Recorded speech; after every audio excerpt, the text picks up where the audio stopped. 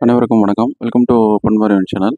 வீட்லேருந்தே பார்க்கக்கூடிய ஒரு நல்ல ஒரு மிஸ்ட்ரி த்ரில்லர் படம், கிரைம் மிஸ்ட்ரி த்ரில்லர் படம் இருந்தால் சொல்லுங்கள் அப்படின்னு சொல்கிறவங்களுக்காக இப்போ வந்து ஜீ5ல இப்போ அவைலபிளாக இருக்க படம் தான் வுல்ஃப். இந்த படம் வந்து இப்போ ஜீ திரையில் இந்த மாதம் தமிழில் வந்து டைரக்ட் ப்ரீமியராக வந்துச்சு. இப்போ ஜீ5 அந்த ஒரு ஓடிடி தளத்தில் அவைலபிளாக இருக்குது. தமிழ், மலையாளம் மற்றும் இந்திய மொழிகள் பல இடத்துலையும் அவைலபிளாக இருக்குது ஜீ5ல.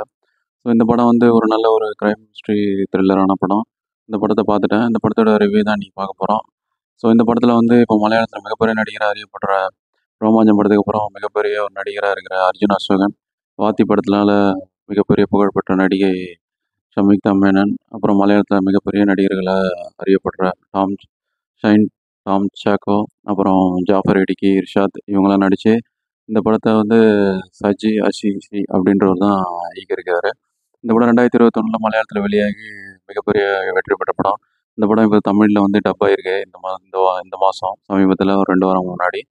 ஸோ இந்த படத்தை டீட்டெயில் ரிவ்யூ தான் பார்க்க போகிறோம். அதனால் இந்த ரிவ்யூ மிஸ் பண்ணாமல் பாருங்கன்னு கேட்டுக்கிறேன். அது இல்லாமல் இந்த ரிவ்யூவில் நம்ம வந்து இந்த பல விஷயங்களை டீட்டெயிலாக அனலைஸ் பண்ண போகிறோம். அது இல்லாமல் இந்த சேனலில் வந்து புது படங்கள் ரிவ்யூலாம் பண்ணிட்டு வரோம். அந்த படம் தேட்டர்களில் வரும்போது தேட்டருக்கு அப்புறம் ஓடிடியில் எப்படி இருக்குன்னு தெரிஞ்சுக்கிறதுக்கும் யூஸ்ஃபுல்லாக இருக்கும். அது இல்லாமல் இது நம்ம சேனலில் இது வரைக்கும் சப்ஸ்கிரைப் பண்ணாதவங்க சப்ஸ்கிரைப் பண்ணிங்கன்னு கேட்டுக்கிறேன். இந்த ரிவ்யூ பிடிச்சதான் உங்கள் ஃப்ரெண்ட்ஸ் அண்ட் ரிலேஷன் எல்லாருக்கும் ஷேர் பண்ணிங்கன்னு கேட்டுக்கிறேன். வாங்க இனி படத்தோட ரிவ்யூக்குள்ளே போகலாம். இந்த படம் வந்து கொரோனா டயத்தில் நடக்கிற மாதிரி கதைக்கலாம். இந்த படம் வந்து சென்னையான்னு சொல்லி ஒரு மிஸ்டர் இந்து கோபாலன் அப்படின்னு சொல்லி ஒரு மலையாள நாவலாசிரியர் எழுதின ஒரு சிறுகதையை தழுவி எடுக்கப்பட்ட படம். இந்த படம் ஒரே ஒரு இரவில் நடக்கிற மாதிரியான கதைகளும் விறுவிறுப்பாக கொண்டு போயிருப்பாங்க. படத்தோட கதை என்னென்னா, அர்ஜுன் அசோகன் வந்து அவருக்கும் ஹீரோயின் சம்யுக்தா மேனனுக்கும் நிச்சயம் ஆயிருக்கும். ஸோ அவங்கள சர்ப்ரைஸ் பண்ணுறதுக்காக ஒரு கார் எடுத்துக்கிட்டு அவங்க வீட்டுக்கு போகிறாரு. அவங்கள பார்த்துட்டு அப்படியே வேறு ஒரு இடத்துக்கு போகிற மாதிரி நைட்டில் வந்து பிளான் பண்ணி கார் எடுக்கிறாரு. ஈவினிங்கில் கிளம்பி போய்கிட்டு இருக்காரு. ஸோ அவங்க வீட்டை அடைஞ்சிடுறாரு. அவங்க சம்யுக்தா மேனனையும் பார்க்கும்போது அவங்க வந்து சர்ப்ரைஸ் ஆகாமல் அதிர்ச்சி அடைஞ்சு கதை திறந்து இவர்கிட்ட வந்து வேண்டாம் பேசிக்கிட்டு இருக்காங்க. இவங்க 2 பேருக்குள்ள ஒரு வாக்குவாதம்லாம் முட்டிக்கிட்டே போகுது. அது வந்து கொரோனா நடக்கிற காலகட்டங்கள், கொரோனா வரதுக்கு அந்த ஒரு வர அறிகுறி தெரிஞ்சுக்கிட்டு இருக்க காலகட்டங்கள். அப்போ வந்து அந்த நைட்டில் வந்து திடீர்னு ஒரு அனௌன்ஸ்மெண்ட் வருது. பிரதமர் அறிவிக்கிறார், இந்த மாதிரி கொரோனா வந்து இன்றைக்கி நைட்டு 12 மணிலேருந்து லாக்டவுன், யாரும் வெளியில் போகக்கூடாதுன்னு சொல்லி.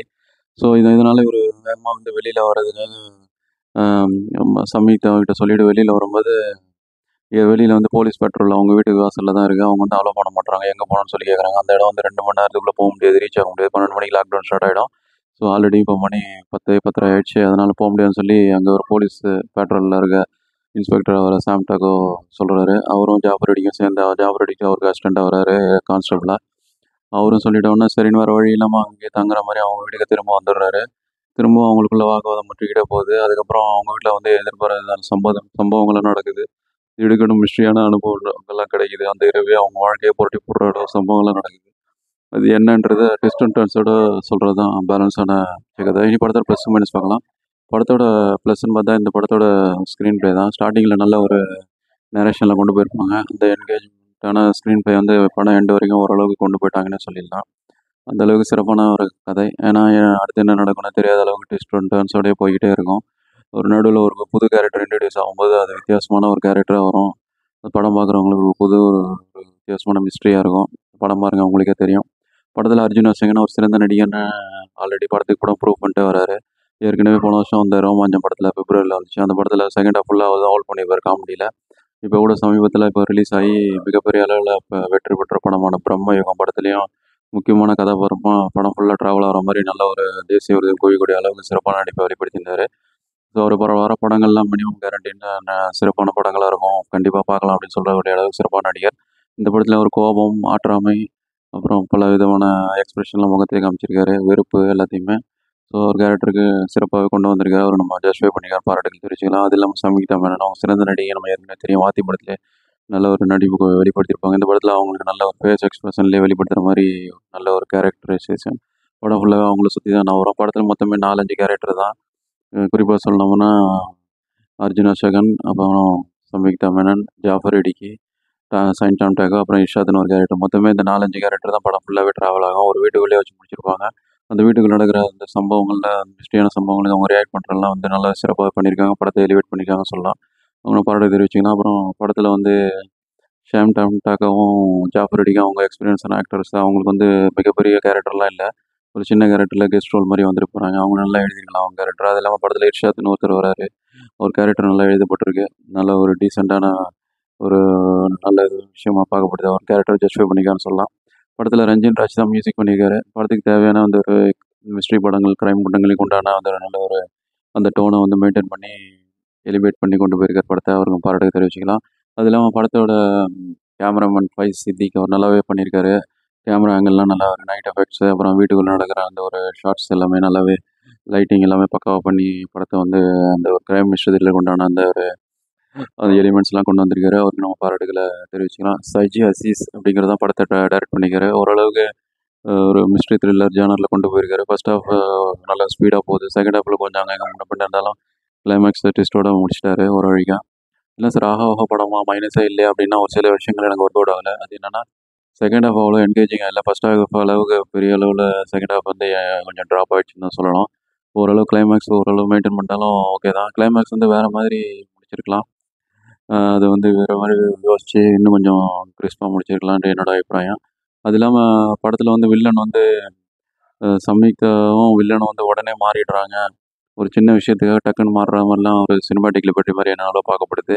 ஏன்னா அவங்க 2 பேரும் உண்மையாக இருக்க மாதிரி தான் அவங்க கேரக்டரை சித்தரிக்கப்படுது. திடீர்னு ஒரு சில சம்பவங்களை வச்சு அவங்க மாறிடுறாங்க அப்படின்றதும் உடனே அவங்க வந்து இவர் நல்லவருன்னு அவங்க வந்து உடனே ஒரு ப்ரூஃப் பண்ணுற மாதிரி அவங்கள வந்து அர்ஜுன் வசனை நம்புகிற மாதிரியான ஒரு டயலாக்லாம் வச்சதெல்லாம் கொஞ்சம் சினிமாட்டிக் லிபர்ட்டி எடுத்த மாதிரி லாஜிக் இருக்கு என்னால் பார்க்கப்படுது. அது இல்லாமல் ஹீரோயினோட அம்மா வந்து போலீஸ் டிபார்ட்மெண்ட்டில் வேலை செய்கிறாங்கன்னு சொல்லப்படுது. அவங்க பேரை யூஸ் பண்ணி ஒரு அன்னைக்கு நைட்டே வெளியேறியிருக்கலாம். அவங்க பேரை ஏன் யூஸ் பண்ணலன்னு தெரியல. அது வந்து இந்த படம் கிரைம் மிஸ்ட்ரிக்காக அப்படி லிபர்ட்டி எடுத்து பண்ணாங்களான்னு தெரியல. அது இல்லாமல் செகண்ட் ஹாஃப் வந்து டயலாக் நிறைய இருக்குது. அந்த ஒரு சம்யுக்தா மேனன், அப்புறம் இன்னொரு கேரக்டர் இர்ஷாத், அப்புறம் அர்ஜுன் ஹாசன் இவங்க 3 பேரும் பேசிக்கிட்டே இருக்காங்க. அதை வந்து இன்னும் கொஞ்சம் சஸ்பென்ஸ் செக்மெண்ட்ஸாக கொண்டு போயிருந்தா இன்னும் கொஞ்சம் கிரிப்பிங் அப்படி இருந்தால் இன்னும் கொஞ்சம் விறுவிறுப்பாக போயிருக்கும். வேறு லெவலுக்கு போயிருக்கும். மொத்தத்தில் இந்த படம் எப்படி இருக்குன்னா, வீட்டிலேருந்தே பார்க்கக்கூடிய அளவுக்கு ஒரு நல்ல சஸ்பென்ஸ் எலிமெண்ட் ஹோல்ட் பண்ணியிருப்பாங்க ஸ்டார்டிங்லேருந்து எண்டு வரைக்கும். அது படம் ஃபுல்லாகவே ட்ராவல் ஆகிட்டுருக்கும் அந்த ஒரு சஸ்பென்ஸ் மிஸ்ட்ரி எலிமெண்ட்ஸு. அது பார்க்கவே நல்லாயிருக்கு. ஸோ இது குடும்பத்தோட பார்க்கக்கூடிய படம் தான். படத்தில் வந்து அடல்ட் கன்டென்ட்டு, வயலன்ஸான சீன்ஸ்லாம் எதுவுமே இல்லை. ஸோ போர் அடிச்சதுன்னா வீட்டிலேருந்தே பார்க்கக்கூடிய ஒரு டீசெண்டான ஒரு வாட்ச் தான் இந்த படம். ஸோ இப்போ வந்து ZEE5ல ஓடிடியில் அவைலபிளாக இருக்குது இந்த படம். இந்திய மொழிகள் பலவற்றிலையும் தமிழ், மலையாளம், கன்னடா, தெலுங்கு எல்லா லாங்குவேஜ்லையும் ZEE5ல அவைலபிளாக இருக்குது. ஸோ வீட்டிலேருந்தே பார்க்கக்கூடிய வீக்கெண்டுக்கு சிறப்பான கிரைம் மிஸ்டர் த்ரில்லர் படம் தான் சொல்லுங்கன்னு சொல்லுவாங்க. கண்டிப்பாக இந்த படத்தை ஒரு வாட்டி ட்ரை பண்ணி பார்க்கலாம். படம் ரொம்ப ஏமாத்தாது. ஸோ படமும் 1 மணி நேரம் 50 நிமிஷத்தில் கிறிஸ்பாகவே முடிச்சிடலாம். ஒரு ஒன் டைம்லேயே பார்த்து முடிச்சிடலாம். அந்த அளவான சிறப்பான படம். ஸோ பார்த்துட்டு இந்த படத்தை எப்படி இருந்தது எக்ஸ்பீரியன்ஸ் சொல்றதை உங்கள் அனுபவத்தை வந்து பின்னூட்டங்களை தெரியப்படுத்துங்க. அது இல்லாமல் ஒரு சில பேர் இந்த படத்தோட இப்படி தான் போகும்னு செகண்ட் ஹாஃப் ப்ரெடிக்ட் பண்ணிடலாம். அது வந்து அடிக்கடி கிரைம் மிஸ்ட்ரி த்ரில்லர் பார்க்குறவங்களுக்கு அது அப்படி இருக்கும். ஆனால் இப்போ கிரைம் மிஸ்ட்ரி த்ரில்லர் பார்க்காம ஜென்ரல் ஆடியன்ஸுக்கு ஒரு புது அனுபவமாக இருக்கும். வித்தியாசமான ஒரு அனுபவம். இங்கே இருக்கிற மினிமைஸ்டு கேரக்டர்ஸை வச்சு பட்ஜெட்டில் கொரோனா டயத்தில் எடுக்கப்பட்ட படம் ஓரளவுக்கு நல்லாவே பண்ணியிருக்காங்கன்னு சொல்லலாம். அந்த மொத்த குழுவினருக்கு பாராட்டுகள். பார்த்துட்டு கருத்துக்கள் பின்னோட்டங்கள் தெரியப்படுத்துங்க. வேறு ரிவ்யூ மட்டும் சந்திப்போம். அதுவரை நன்றி, வணக்கம்.